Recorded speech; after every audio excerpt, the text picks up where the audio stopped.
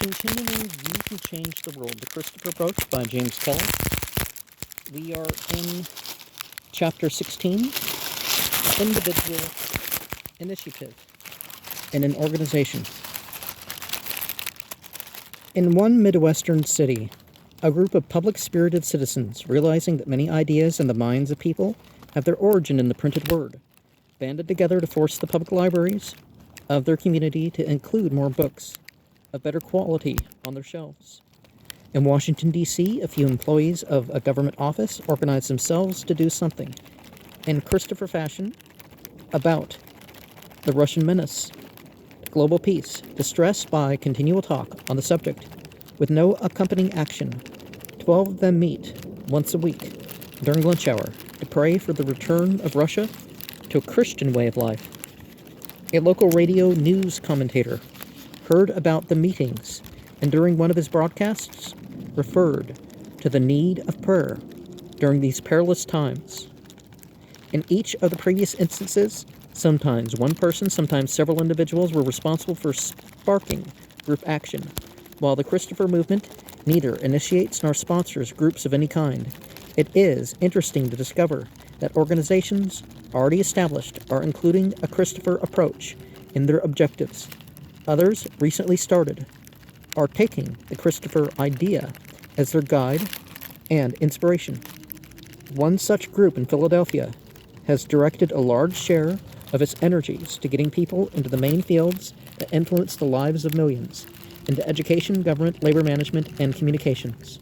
In one large Western university, a few students, guided by a member of the faculty, combined to restore what they felt to be a healthier atmosphere to the student committee, the campus paper, student rallies, and other university youth activities, recognizing that the chief reasons for the success of the small number of subversives within the student body who dominated these spheres was due not so much to their strength, but to the apathy of the majority of sound-minded students. They resolved to play active roles in the various student projects.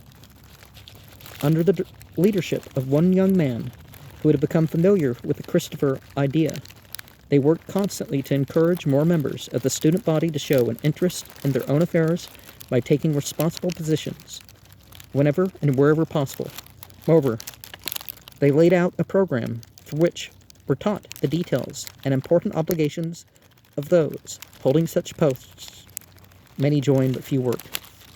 This importance of positive individual action in all kinds of organizations was pointed out quite clearly recently by E.T. Leach, editor of the Pittsburgh Press of the Scripps Howard newspaper chain, answering the question as to what God-fearing American can do in the face of the totalitarian menace to this country.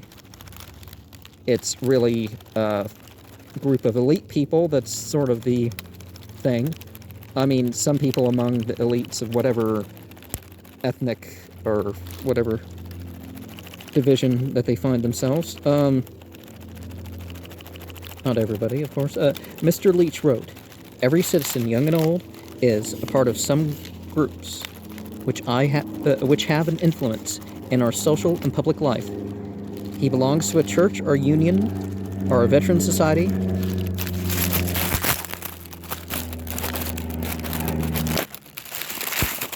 He belongs to a church or a union or a veteran society or civic club or a school class or a nationality organization. Most citizens belong to a number of groups.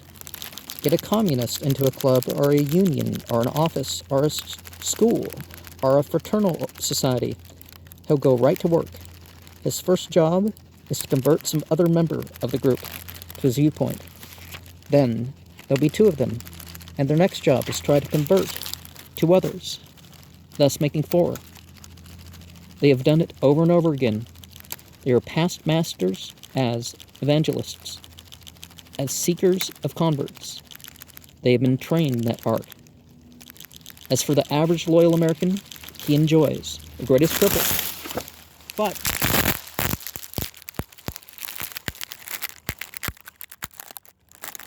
also the most dangerous one, which democracy can offer, the privilege of complete indifference. And he enjoys it over time. Americans are great joiners, but poor participants in the affairs of the organizations which they can join are the groups to which they belong by force of circumstances. Workmen belong to unions, but most of them don't go to the union meetings. Businessmen belong to trade associations, but few go to the association conventions or take any part in the fixing of association policies.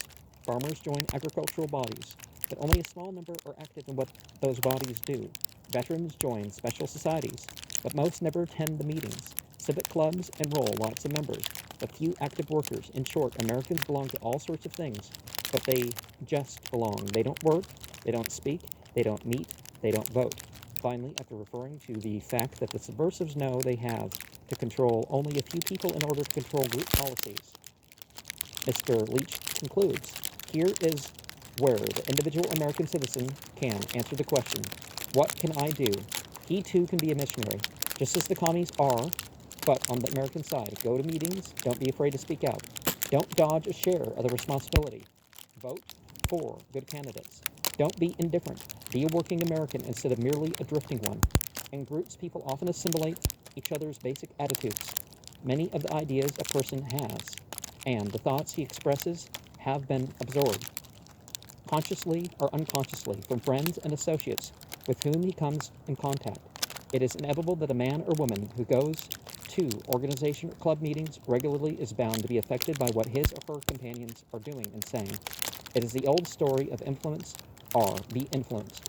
Those with evil ideas can and are wreaking havoc in the lives of many good people, whose main fault is that they are confused and uncertain as to their ultimate purpose as human beings made in God's own image and likeness.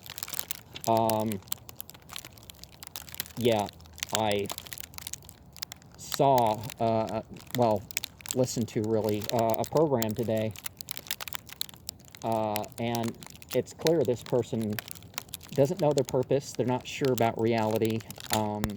Even the basic details that can readily be proven to everybody. They don't realize that there's religious guidance